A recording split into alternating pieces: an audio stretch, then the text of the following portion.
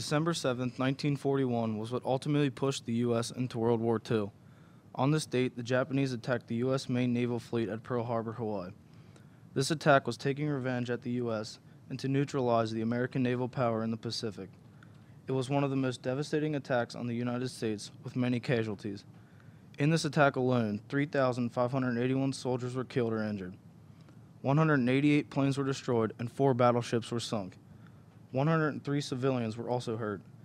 Japan only lost 19 planes and 5 small submarines.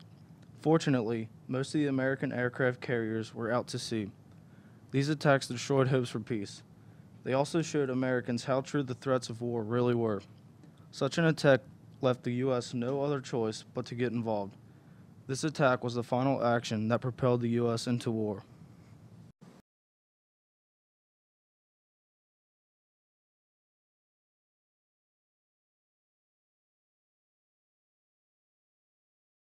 December 7th, 1941, a date which will live in infamy.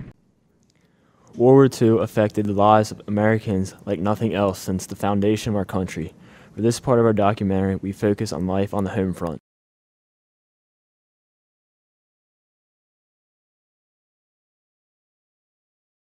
As men went off to war, well, everybody wanted to get behind the war effort, and the following day Roosevelt gave that famous speech after that dastardly attack on Pearl Harbor. Without food, some soldiers were not able to concentrate or function correctly, resulting in many accidents. Going around the perimeter of a bomb crater, there was 4 foot of water in this bomb crater. And what happened when he said left, the track on the left side of the tank slid into this ditch and flipped. Promptly went into sinking. And when a tank sinks in the dirt and becomes a stationary object, they are a target of the enemies. The soldier's ability to adapt to his surroundings was the difference between life and death. I never liked the idea of walking across Europe. An M5A1 tank had a 37 millimeter cannon.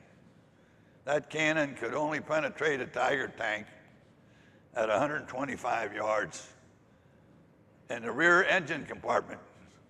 So we didn't engage many Tiger tanks, none. And the idea of that was self-preservation. And we had occasion. We had hedgerow busters, and I talk in France. One of our guys, Dick Dreyer, that was in our class, was in the ordnance companies, and they designed out of roadblocks angle iron. They cut it and made jaw teeth out of them, hung them on the front of our tanks. Because the hedgerows in France, if you went over it, your bottom was exposed and they could really destroy you. So we went through it with these hedgerow busters, just opened like a bulldozer. The troops on the front line needed a very simple way to resupply, and they came up with the Red Ball Highway. They had the Red Ball Highway. That was a bunch of guys, soldiers, that came up to a village that's close by, and they set the ammo on the sidewalk. So, and sometimes it's in the field.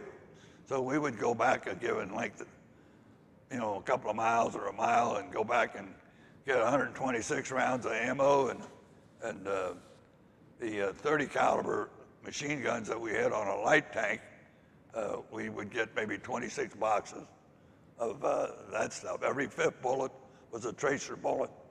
So we would resupply the same way with gasoline. They brought gasoline up in 5-gallon jerry cans, they called them. And 85 gallons would fill our tank in a light tank. And it was very similar in a medium tank. They had the same process. But for the guys that were driving the trucks, if a tracer bullet hit the full truck, it burnt. The U.S. also sent troops to less dominant countries like Africa. The sight of all the dead people after the battles caused a lot of emotional trauma for the surviving soldiers. Such trauma never left these men. 11 months after D-Day, the war in Europe finally comes to an end as the Allied forces celebrate VE Day. The U.S. now turned their attention to the war in the Pacific.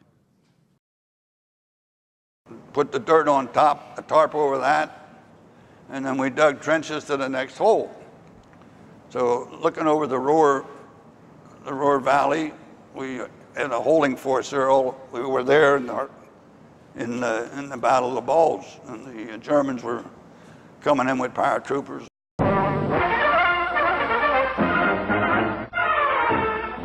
The day of days for America and her allies. Crowds before the White House await the announcement from the president that the Japs have surrendered unconditionally. Demands on a civilian population are always great during times of war.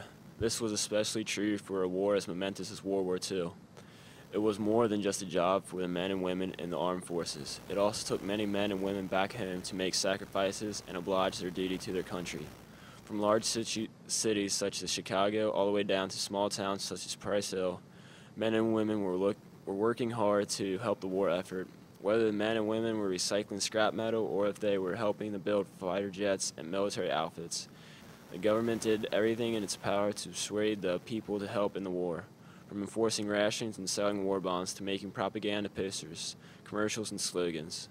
The people on the home front were trying their best to provide some relief for the men and women overseas. And it was a unified country, more unified then than it is now.